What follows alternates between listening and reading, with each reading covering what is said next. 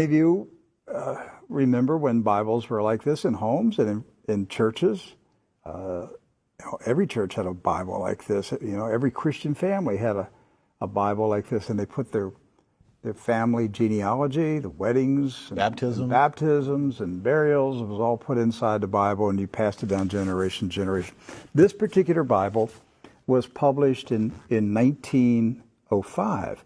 Now, the reason I brought it out is that I want to show a map that's in this Bible. Now, mind you, the Scofield Bible was not published until 1913. Right. And I have in my office an original 1913 Scofield, which was the introduction of the Zionist Masonic heresies about a future state of Israel and separating the church from Israel and all that rapture stuff. That's where it came from. It was a Masonic Zionist heresy that was introduced into the American churches in 1913. This is a 1905 Bible. Pre-Scofield. Pre-Scofield, with no Scofield notes in it. So, you open it up, and this is on page 13. I mean, this thing's big. I want to show you. Here is a map of the Holy Land. And it says, what? Oh, Palestine of the Holy Land. They misspelled Israel. No. Palestine. Palestine. Huh. And all these Christian Zionists that tell me, Rick, there's never been a Palestine. All right, so here's a still. There it is. Let's zoom in and show you here. Yeah. So, yeah, you hear these people like John Hagee, there's never been a Palestine. Well, look at this Bible map from 1905. And most Bibles, yes, from then had a map of Palestine. And Palestine is in the Bible itself, in the Old Testament. So we're showing you this just because I'm trying to break through the propaganda, the confusion, the lies that the Zionists have implanted in millions of minds of Christians in America, and told them there's never been a place called Palestine. But I have a map, Rick. Right there it is. So, with that in mind, do you know who lived in Palestine? Palestinians? Palestinians. I got that one right. Palestinians. And Palestinians were Jewish, Christian, And Muslim. Right. They weren't a particular faith. They were citizens of a particular country. Palestine. They were all Palestinians. Yes. Jesus was a Palestinian. Look at this. Okay? So Israel has never meant a political country.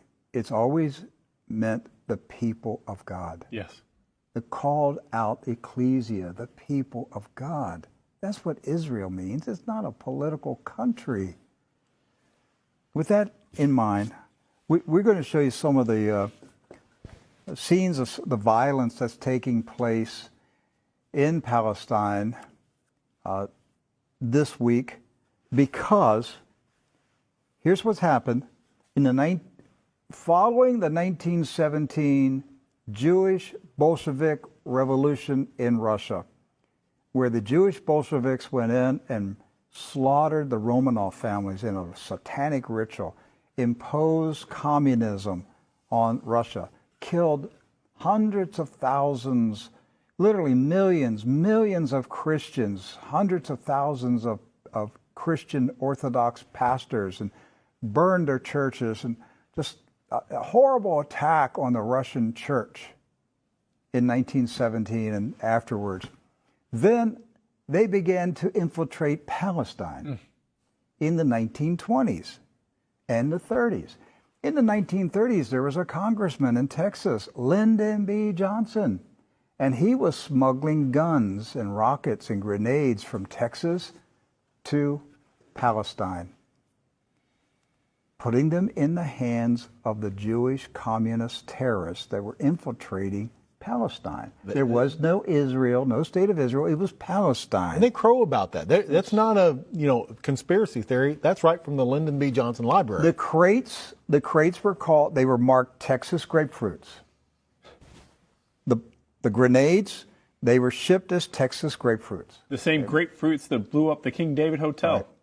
So the 1920s, the 30s, and into the 40s, the European Ashkenazis invaded Palestine, infiltrated. The Arabs, Christian, Muslim, and Jewish, all Palestinians, were alarmed by the arrival of the communist Ashkenazis from Europe. The so-called Jewish settlers were killing. They killed the Jewish residents of Palestine. Yes. Do you understand that? They killed the Jews who lived in Palestine. They killed Christians. They killed Muslims. They finally got enough critical mass that they had enough numbers that they took over Palestine and declared their independence in 1948. And Harry S. Truman, a 33